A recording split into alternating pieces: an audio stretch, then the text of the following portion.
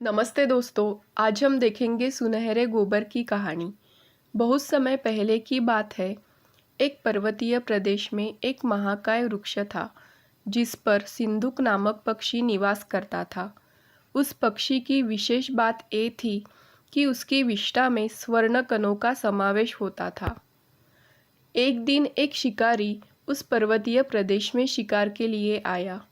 उसे पता नहीं था कि सिंदूक पक्षी की विष्ठा स्वर्ण कण युक्त होती है। जब वह महाकाय वृक्ष के पास से गुजरा तो उसका इरादा सिंदूक पक्षी को पकड़ने का नहीं था, किंतु जैसे ही वह आगे बढ़ने लगा, सिंदूक पक्षी ने मूर्खता की और उसके सामने ही स्वर्णकण युक्त विष्ठा कर दी। स्वर्णकण युक्त विष्ठा देखते ही शिकारी में लोभ आ गया और जाल डालकर उसने सिंदूक पक्षी को पकड़ लिया। घर आकर उसने उसे एक पिंजरे में बंद कर दिया, किंतु पूरी रात वह सो नहीं पाया। वह सोचता रहा कि यदि किसी तरह इस सिंदूक पक्षी और उसके स्वर्णकण युक्त विष्ठा की बात राज्य के राजा तक पहुंच गई तो राजा उसे दंडित कर देगा। वह भयभीत हो गया। दंड से बचने के लिए उसने निर्णय किया कि वह स्वयं ही राजा से भेंट कर सिंदूक पक्षी के विषय में उन्हें जानकारी दे देगा और उपहार स्वरूप वह पक्षी भी उन्हें दे देगा। अगले ही दिन वह राजा से भेंट करने राज दरबार पहुंच गया। वहां उसने सिंदूक पक्षी प्रस्तुत करते हुए उसकी स्वर्णकण युक्त विष्ठा के विषय में राजा को सब कुछ बता दिया। पूरी बात जानकर राजा ने अपने सेवकों को आदेश दिया कि वे सिंदूक पक्षी शिकारी से लेकर उसका विशेष ध्यान रखें।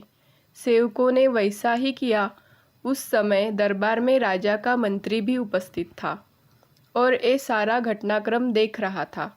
उसे शिकारी की बातें मूर्खतापूर्ण लगी। उसने राजा को परामर्श दिया कि ऐसी बेमतलब की बातों पर विश्वास करना आपको उपहास का पात्र बना देगा, इसलिए शिकारी की बातों में न आए।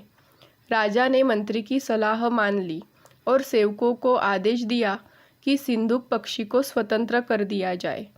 सेवकों ने आदेश का पालन करते हुए सिंदूक पक्षी को छोड़ दिया।